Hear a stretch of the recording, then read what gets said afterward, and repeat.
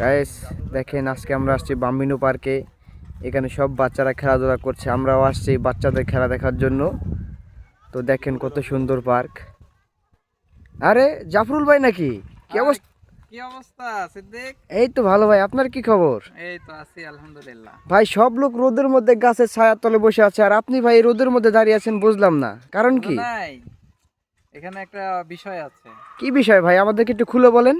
আরে দেখছো না যে ক্যাপে এসি লাগাইছি? আরে ভাই এটা কি করেছেন ভাই, কেমনে করলেন ভাই এটা? আরে চলাফেরা করতে হলে একটু চালাক না হইলে হয়? ভাই এই যে যে পরিমাণ রোদ, এ শরীরে নিজের কষ্ট দিয়ে লাভ আছে? ভাই কিন্তু আমার একটা প্রশ্ন ভাই, আপনার মাথায় এই আইডিয়াটা কে দিল ভাই? মাথার উপর দেখি দেখি ক্যাপ্টেন মাথাটা নিচু করেন তো ভাই দেখি। ওরে শালা, এই যে সোলার লাগিয়ে দিয়েছেন ভাই।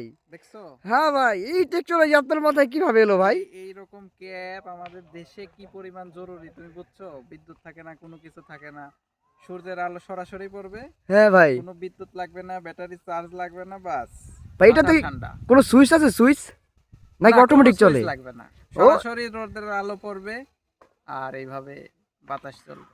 কি বলছেন ভাই, এই টেকনোলজি আপনার মাথায় কিভাবে এলো ভাই, আমাদেরকে একটু আমার খুলে বলেন মাথায় তো। কি এগুলি মার্কেটে পাওয়া যায়? কি কোন ভাই? হ্যাঁ, তুমি দেখলে না যে মার্কেটে কত বিক্রি হচ্ছে? আমাদের দেশে মনে করো যে প্রত্যেকটা ঘরে ঘরে ওই ফ্যামিলি কার্ডের মতো এরকম একটা ক্যাপ দেওয়ার দরকার। হ্যাঁ ভাই ঠিকই বলেছেন, বাংলাদেশের বুঝছো? যে অবস্থা ভাই। সবার মাথা তো গরম, এই গরমে কারেন্ট থাকে না, এই গরমে সবার মাথা গরম, উল্টা পাল্টা কথা কয়। যে হ্যাঁ ভাই। মুক্তিযোদ্ধা না হেউ কয় আমি মুক্তিযোদ্ধা, আবার হ্যাঁ যে ভাই।